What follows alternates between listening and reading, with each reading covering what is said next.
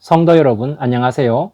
지난 시간 우리는 예수 그리스도가 십자가를 진 것은 우리를 죄에서 씻어내는 것이 다가 아니고 그것은 시작에 불과하다고 했습니다. 십자가로 인해 성령이 우리 안에 내주함으로 우리는 예수 그리스도의 몸인 교회가 되고 예수 그리스도는 우리의 머리가 되었다고 했지요. 그 목적은 우리를 깨끗하고 거룩하게 만들어 가는 것이라고 했습니다. 그래서 예수 그리스도의 몸된 교회인 우리에게는 환난과 고난이 있고 이것이 바로 신자가 피하지 못할 성화의 길이라고 했습니다. 왜 이 성화의 길을 피하지 못하느냐 하면 우리의 신분은 바뀌었지만 수준은 옛날 그대로이기 때문이라고 했습니다. 우리가 하나님께 요구하는 것과 하나님이 우리에게 요구하는 것은 하늘과 땅 차이보다 더한 것이기에 하나님이 자꾸만 우리 인생에 간섭해 들어오시는 것이라고 했습니다. 우리 신앙이 밤낮 넘어지는 곳이 어디인지 한번 가만히 생각해 보십시오. 예수 믿고 난 후에도 우리가 정성을 다해 바라는 것이 대부분 이 세상에서 좀 더 편하고 자존심 안 구기고 남에게 손 안 벌리고 사는 그 정도의 것입니다. 남에게 싫은 소리 안 하고 또 남에게 싫은 소리도 안 듣고 사는 그 정도의 것이라는 것이죠. 우리가 바라는 것을 가만히 생각해 보면 모두가 다 그와 같은 것이 대부분입니다. 여기서 자유로울 사람은 아마 없을 것입니다. 하나님만으로 만족하기란 참 쉽지 않은 것이 우리의 비명소리 아니겠습니까? 그런데 하나님은 우리를 자기 아들의 피로 값주고 샀기 때문에, 그러니까 예수 그리스도의 몸으로 당신의 자녀로 삼았기 때문에 하나님의 자녀다운 수준에 이를 때까지 가만히 내버려 두지 않습니다. 그래서 성경은 예수 그리스도로 말미암아 구원 얻은 신자들에게는 환난과 고난이 필연적으로 뒤따른다고 말씀하고 있습니다. 환난이 어떤 것인지는 잘 아시지요? 환난이란 것은 어떻습니까? 한번 당하고 나면 정신이 쏙 빠져나갑니다. 그렇죠? 그런데 신자는 환난 중에도 즐거워한다고 성서에서 말씀하고 있는데 참 이해하기 힘듭니다. 오늘 말씀인 로마서 5장 2절에서 5절 말씀을 한번 읽어보겠습니다. 또한 그로 말미암아 우리가 믿음으로 서 있는 이 은혜에 들어감을 얻었으며 하나님의 영광을 바라고 즐거워하느니라. 다만 이뿐 아니라 우리가 환난 중에도 즐거워하나니 이는 환난은 인내를, 인내는 연단을, 연단은 소망을 이루는 줄 알미로다. 소망이 우리를 부끄럽게 하지 아니함은 우리에게 주신 성령으로 말미암아 하나님의 사랑이 우리 마음에 부은 바 됨이니, 이렇게 말씀하고 있습니다. 믿는 자는 환난 중에도 즐거워한다고 하고 그 이유는 환난은 인내를, 인내는 연단을, 연단은 소망을 이루기 때문이라고 합니다. 그리고 우리 안에 내주에 계신 성령이 그 소망을 반드시 이룬다고 말씀하고 있습니다. 정상적인 신앙인과 이단스러운 신앙인은 환난과 고난을 대하는 태도가 완전히 다릅니다. 이단의 대표적인 특징 중에 하나가 뭐냐 하면 고난과 환난이 있는 것은 신앙의 문제가 있어서 그렇다는 것입니다. 이단은 심지어 온전한 신앙을 가지면 실패도 없고 고통도 없고 모든 문제가 즉시 단번에 해결된다고 유혹합니다. 우리는 고난이 있고 없고는 우리 신앙의 수준과 관계가 없는 것임을 분명히 해두어야 합니다. 신앙은 건강이나 행복과 같이 이 세상의 것을 목표로 하지 않기 때문입니다. 신앙의 1차적 목표는 예수 그리스도의 몸된 교회인 신자가 얼마나 거룩해지느냐에 있는 것입니다. 우리는 신앙생활 하다가 어려움이 생기면 내가 뭘 잘못했기에 하나님이 나를 이렇게 때리실까? 내 신앙이 잘못된 것은 아닐까? 하는 생각을 많이 가지는 게 사실입니다. 물론 우리가 아예 길을 잘못 들어갔기에 그 길을 돌이키기 위해서 환란을 주시기도 합니다.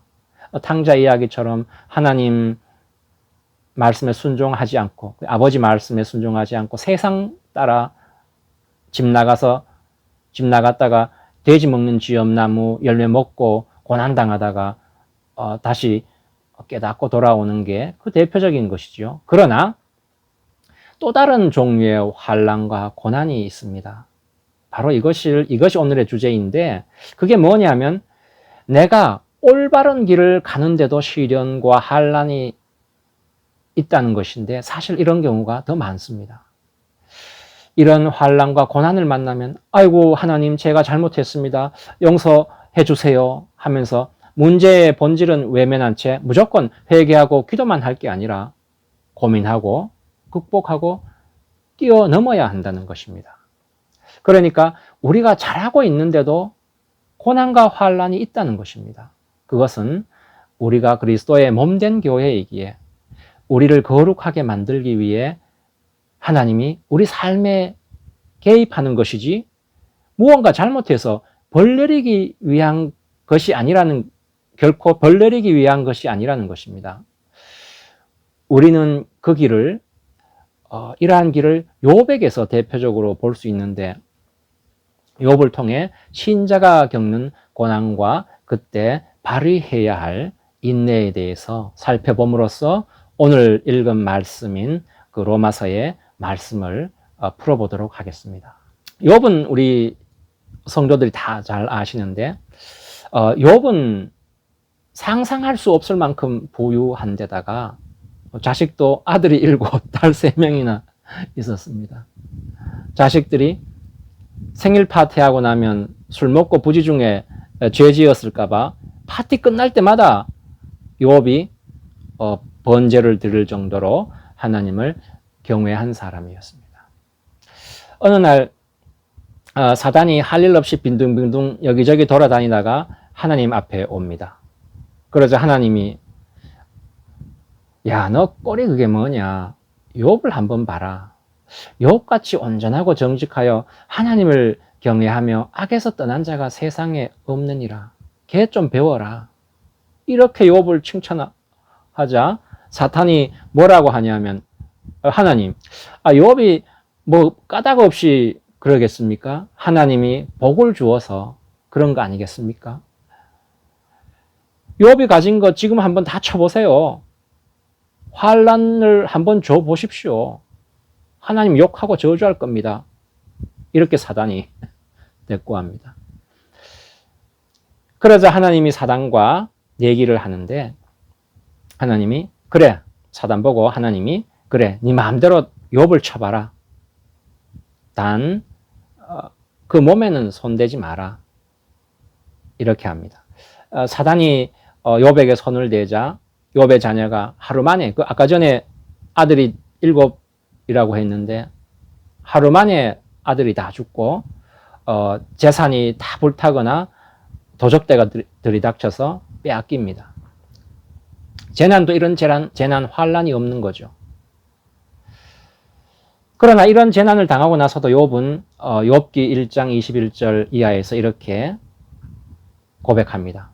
내가 모태에서 알몸으로 나왔사온즉 또한 알몸이 거리로 돌아가올지라. 주신 이도 여호와시오 거두신 이도 여호와시오니 여호와의 이름이 찬송을 받을지니이다 하고 이 모든 일에 욥이 범죄하지 아니하고 하나님을 향하여 원망하지 아니하니라. 이렇게 욥이 여전히 하나님을 경외합니다. 또 이리저리 돌아다니다가 돌아온 사탄이 사탄에게 하나님이 이렇게 말씀하십니다. 욥을 받느냐? 모든 자녀가 다 죽고 모든 소유를 다 빼앗겨도 여전히 나를 경외하지 않느냐? 그러자 사탄이 이렇게 말합니다. 아이고 하나님, 그 정도는 누구나 다 할 수 있습니다. 소유물로는 약합니다. 욥의 뼈와 살을 한번 쳐보십시오. 몸을 건드라는 거죠. 그러자 하나님이 사탄에게 그래, 그럼 네 뜻대로 해봐라. 그 대신에 목숨만은 건드리지 마라. 사단이 욥을 쳐서 온갖 악성 피부병이 생기게 합니다. 피부병이 생기게 한 거 보면 아마 그 당시에 피부병이 가장 무서운 질병 중에 또 흔한 질병 중에 하나였던 것 같은데, 욥의 아내도 욥이 그렇게 악성 피부병을 앓고 있는 걸 보고는 욥에게 하나님을 욕하고 저주하고 죽으라고 막 악한 말을 퍼붓습니다. 그러자 욥이 아내 보고 왜 그렇게 어리석은 말을 하느냐, 하나님께 복을 받았은즉 화도 받을 수 있는 것 아니냐, 이렇게 말하고 계속해서 하나님을 경외합니다. 욥이 이런 끔찍한 일을 당했다는 소리를 듣고 욥의 친구 3명이 찾아오는데, 벌써 멀리서 보니 욥이 돌조각으로 몸을 막 긁고 있습니다. 친구들이 욥이 당한 재난을 보고 기가 막혀서 입을 다물지를 못합니다. 환난 당하는 것이 욥의 죄 때문이냐 아니냐로 친구들과 욥이 서로 싸우는데, 이것이 바로 욥기의 대부분을 차지합니다. 욥은 이렇게 하소연을 합니다. 나는 진짜 잘못한 일이 없다. 잘못한 일이 없는데 이런 일이 일어나니 나도 참 납득이 안 된다. 나도 답답하다.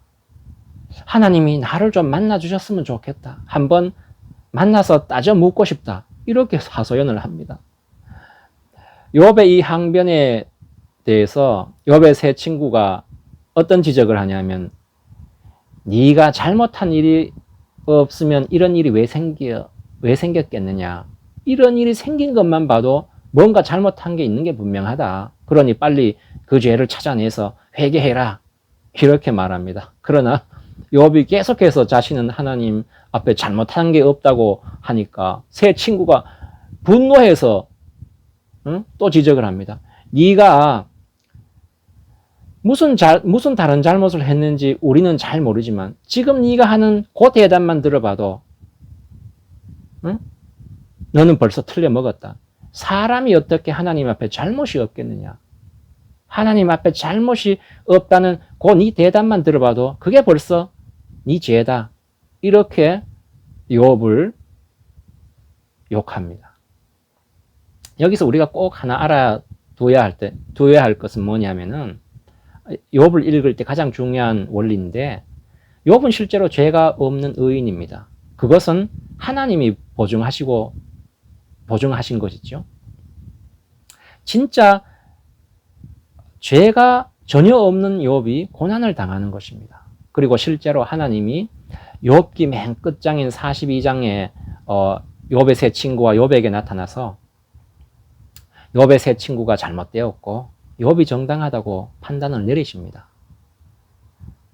그 맨 끝장 42장 7절을 보면 하나님께서 욥에게 이 말씀을 하신 후에 여호와께서 대만 사람 엘리바스에게 이르시되 내가 너와 내 2 친구에게 노하나니 이는 너희가 나를 가리켜 말한 것이 내 종 욥의 말같이 옳지 못함이니라. 이렇게 말씀하고 있기 때문이죠. 그런데 참 재미있는 것은 뭐냐면은 친구들이 틀렸고 욥이 옳지만 그렇다고 하나님이 욥을 칭찬하지도 않습니다. 더구나 잘못한 것도 없는데 왜 이런 환란이 일어나냐고 항변하고 따지는 욥에게 하나님이 생뚱맞고도 엉뚱한 대답을 하십니다.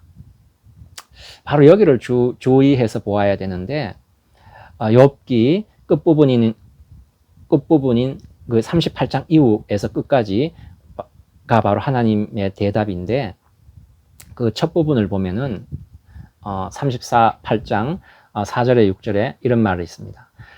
하나님이 이렇게 말씀하시는 거죠. 욥에게 이런 대답을 하시는 겁니다. 내가 땅에 기초를 놓을 때에 내가 어디 있었느냐. 내가 깨달아 알았거든 말할지니라. 누가 그것의 도량법을 정하였는지, 누가 그 줄을 그것 위에 띄웠는지 내가 아느냐. 그것의 주추는 무엇 위에 세웠으며 그 모퉁이 돌을 누가 놓았느냐. 세상을 내가 어떻게 창조했는지 네가 아느냐로 시작해서 우박 창고가 어디 있는지 아느냐, 벼락은 언제 치는지 아느냐, 무지개는 어떻게 뜨는지 아느냐, 산양은 언제 새끼를 치는지를 네가 아느냐, 독수리는 어떻게 절벽 위에 집을 짓는지 네가 아느냐, 이런 식의 생뚱맞은 답만 욥기가 끝나도록 계속 하십니다. 그런데 그 보여주시는 창조 세계를 보여주시는 모습이 마치 친구가 자기 집에 놀러 오자 친구에게 자기 집을 구경시켜주고 설명하는 듯 해 보입니다. 그래서 창조 세계에 대해 욥이 하나님과 동등한 지위에 있어야 되는데 욥이 그 수준에 있지 못해서 꾸짖는 것처럼 느껴집니다. 예를 들면 새가 새끼 치는 때를 네가 아느냐? 하고 욥에게 묻는데 하나님이 지금 새 새끼 치는 것까지 신경 쓰고 있다는 것이죠. 지극히 높으신 하나님의 마음씀이 이 정도라는 것입니다. 만들어 놨으니 이제 끝 하고 두 손 딱 떼는 그런 분이 아니라는 것입니다. 다스리는 것, 사람은 누구나 한 번은 다스리는 위치에 있게 됩니다. 그렇죠? 가정이 대표적인 것 아니겠습니까? 다스린다는 것은 법칙과 원칙대로 하거나 올바르기만 하다고 해서 되는 게 아니지 않습니까? 그렇죠? 예를 들면 아량, 사랑 이런 게 필요한 것이죠. 상대방의 유익을 위해 심지어 손해보는 것도 감수해야만이 다스려집니다. 하나님이 얼마나 손해를 많이 봤습니까?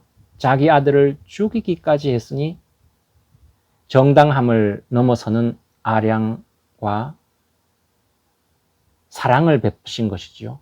그랬기 때문에 창조 세계가 돌아간다는 것입니다.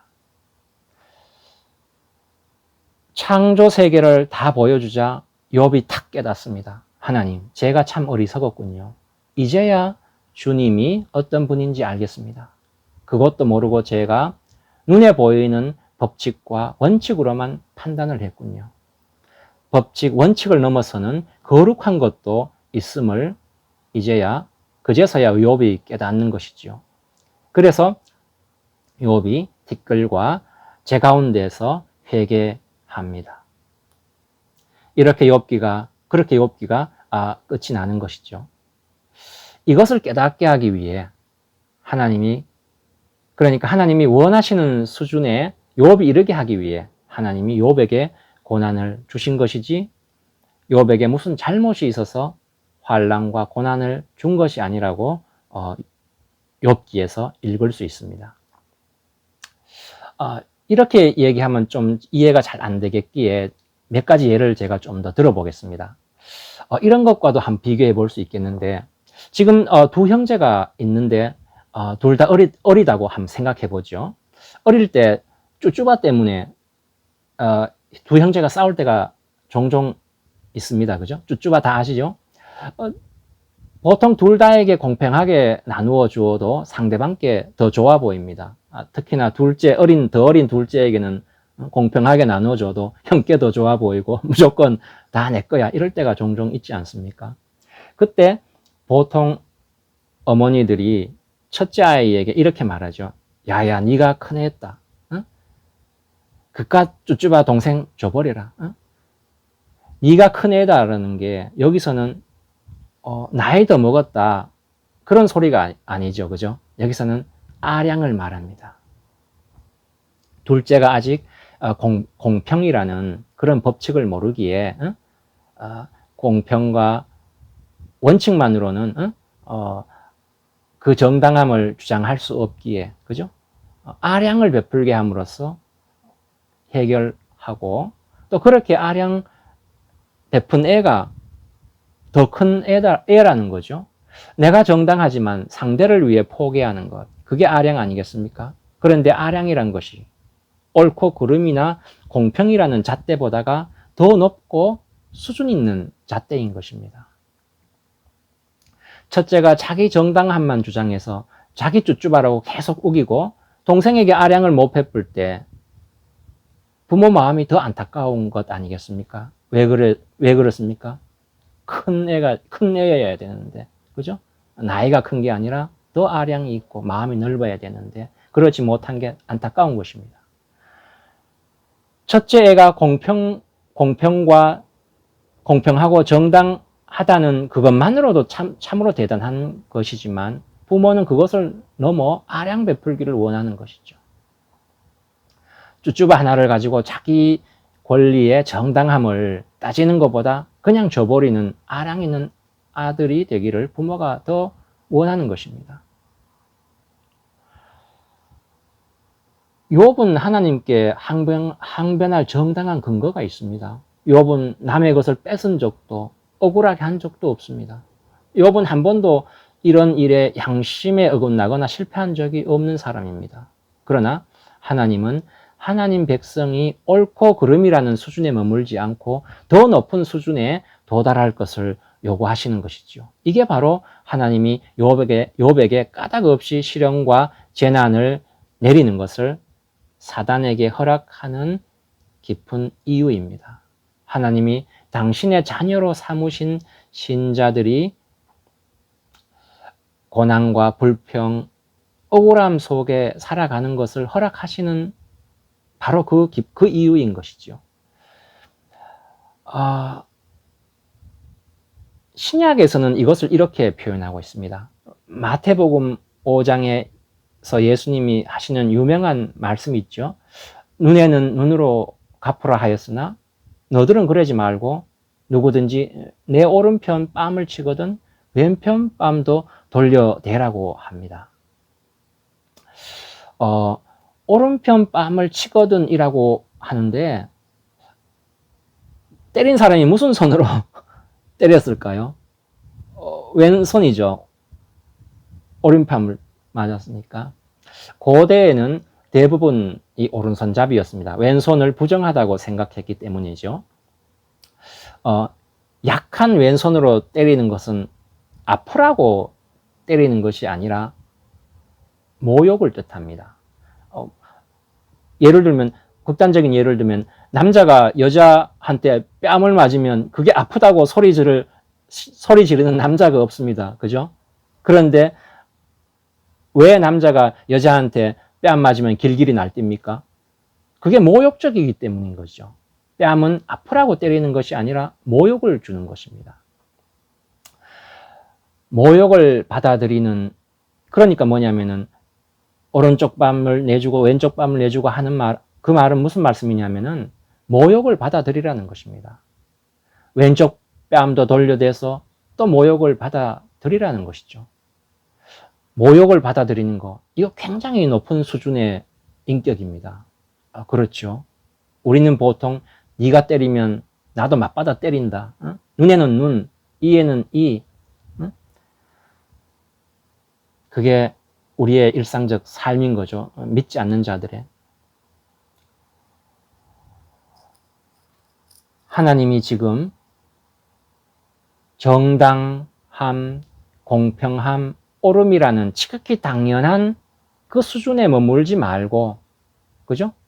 모욕도 갑절로 감수하고, 심지어 원수가 줄이거든 먹이고 원수를 위해서 기도하라고 하지 않습니까? 하나님이 원하는 수준은 지극히 당연한 정당함과 공평함의 수준을 넘어 궁극적으로는 거룩함이 충만한 수준에 이르는 것입니다. 환난은 우리를 정신 차리게 하고 하나님 생각하게 하지만 그 방법에 대해 우리는 얼른 납득이 가지 않을 때가 대부분입니다. 하나님이 무엇을 요구하시는지 얼른 이해가 가지 않습니다. 그리고 더 큰 문제는 우리가 돌이키고 정답을 찾았다고 생각하는데도 하나님은 금방 어떤 결과를 주시지 않을 때가 더 많습니다. 그래서 우리는 당황하고 어쩔 줄 몰라 할 때가 얼마나 많습니까? 욥도 하나님 뜻을 아는데 얼마나 오랜 시간이 걸렸습니까? 욥기가 전부 42장인데 무려 36장, 36장에 걸쳐 하나님께 따지고 항변하며 답을 기다리는 시간을 보내고 있습니다. 이게 바로 인내입니다. 욥기가 말하는 인내인 거죠. 환난을 당할 때면 믿지 않는 사람은 대부분 자폭하고 맙니다. 그러나 신자의 다른 점은 그가 답을 찾지 못했고 이해하지 못했고 계속 어려움 속에 있어도 거기서 끝장을 내지 않고 이렇게 합니다. 하나님, 이러십니까? 회개하고 기도하면 용서하기로 하지 않았습니까? 우리를 책임지기로 하지 않았습니까? 이 고난, 환난을 통해 내가 도대체 무엇을 깨닫기를 원하십니까? 하나님 뜻을 알려주십시오. 이렇게 주님께 매달립니다. 그렇게 하는 것은 신자들이 다 이렇게 하죠. 그렇게 하는 것은 내 안에 있는 성령님이 나를 위해 이루 말할 수 없는 탄식과 기도를 하기 때문이죠. 그래서 구속받은 모든 신자는 이 인내를 본성적으로 가지고 있습니다. 인내가 로마서 아까 읽은 말씀에서 인내가 연단을 낳는다고 했는데 연단이 무엇입니까? 변해가고 있고 거룩해지고 있는 과정 중에 있다는 것 아니겠습니까? 우리 모두 환난을 당하더라도 자책하거나 좌절하지 말고 하나님이 꼭 응답하신다는 믿음으로 인내함으로 날로 주님의 몸된 거룩한 성도 되기를 소망합니다. 기도하시겠습니다. 주님, 우리를 불러주신 은혜에 감사드립니다. 우리 삶에 환난과 고난이 있지만 그것이 우리의 죄 때문이 아니라 우리를 더욱 거룩하게 만들고자 우리 인생에 간섭하시는 하나님의 은혜로운 손길임을 믿습니다. 우리로 환난 중에도 믿음으로 인내함으로 나날이 거룩한 주의 자녀 되게 하여 주시옵소서. 예수 그리스도의 이름으로 기도드리옵나이다. 아멘.